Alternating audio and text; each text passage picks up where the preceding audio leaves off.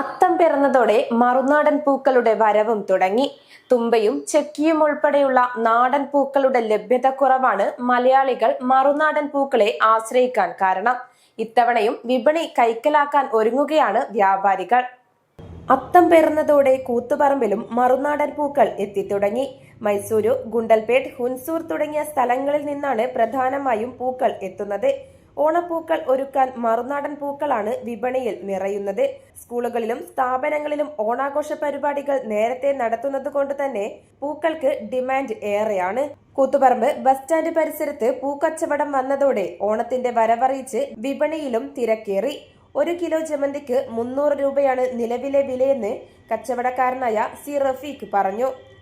കുണ്ടിൽപേട്ട ഉൻസൂർ സൈഡിലാണ് പൂണ്ടക, മല്ലിക, ജമന്തി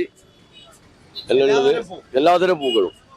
അപ്പോൾ ഇനിയിപ്പോൾ ഓണത്തിന്റെ സജീവമാണെങ്കിൽ 23 മുതൽ സജീവമായിട്ട് എല്ലാ സ്ഥലങ്ങളിലും ഉണ്ടാവും. കൂത്തുറ മുട്ടകളിലും അത് ഉണ്ടായിരിക്കും. കിലോന് ജമന്തിക്ക് ഹോൾസെയിൽ റേറ്റിലാണ് നമ്മളിപ്പോൾ കൊടുക്കുന്ന പോലെ 300 രൂപ അങ്ങനെ കൊടുക്കുന്നത്. മുറ്റത്തും തൊടികളിലും വിരിഞ്ഞ പൂക്കൾ പറിച്ചെടുത്ത് പൂക്കളം ഒരുക്കിയിരുന്ന കാലം മാറി. നാടൻ പൂക്കളുടെ ലഭ്യതയും കുറഞ്ഞു.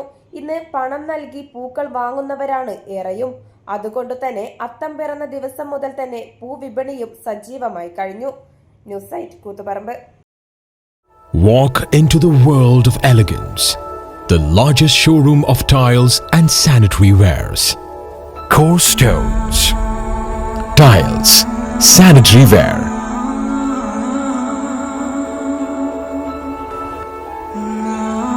Plumbing hardware.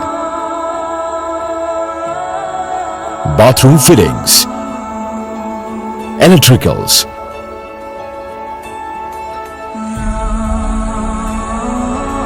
Building materials.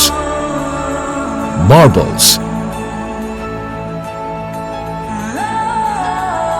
A unique collection of masterpieces.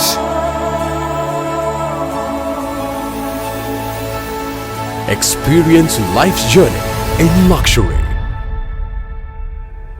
Core Stones, Paripai, Srikandapuram.